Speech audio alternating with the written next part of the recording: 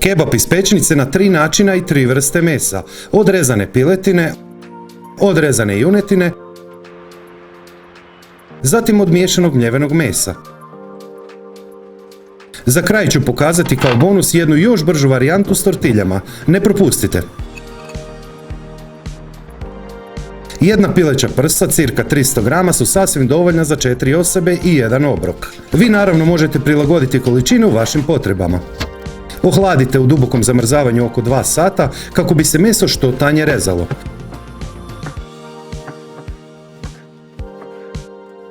Puna žlica kebab začina, ima ga za kupiti u svakoj većoj trgovini. Žlica ulja. Promiješati i slagati na papir za pečenje. Poklopiti s drugim papirom za pečenje, dobro razvaljati i stanjiti.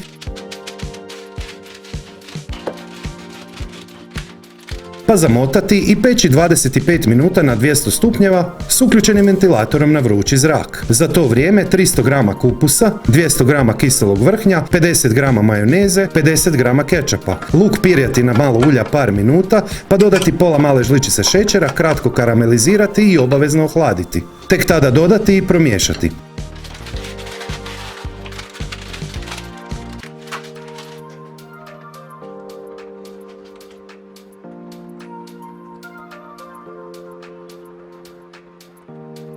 Na isti način pripremite i od junećeg buta. Također ne treba vam čuda mesa, dovoljno je 300 g kao normativ za 4 osobe i jedan obrok.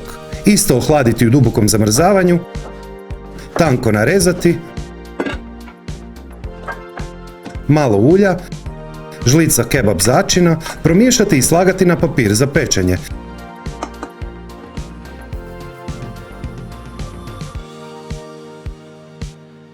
Zaklopiti drugim papirom, stanjiti, zamotati i peći 45 minuta na 200 stupnjeva s uključenim ventilatorom na vrući zrak. Poslužiti s tortiljom, lepinjom ili kruhom. Također možete koristiti istu količinu i miješanog mljevenog mesa ili bilo kojeg faširanog s kojim raspolažete. Makar su meni iskreno ukusnije prethodne 2 verzije s rezanim mesom, ovaj recept nije za zapostaviti. Jedina razlika je što nema potrebe za zamrzavanjem i u smjesu ne ide ulje, a pečete pola sata na 200 stupnjeva s uključenim ventilatorom na vrući zrak. Ako nemate opciju ventilatora na vrući zrak, pecite 5 do 10 minuta dulje na istoj temperaturi. Za kraj je ona bonus ideja. 1 kg mljevenog mesa začinite sa 3 velike žlice začina za kebab, podijelite na 12 jednakih dijelova, svaku dobro utisnite preko tortilje na tanko. Pecite 3 do 4 minute. Okrenite i premažite kajmakom te poslužite. Ispod svakog mog videa je pisani recept, popis sastojaka, postupak te preporuke za slična jela.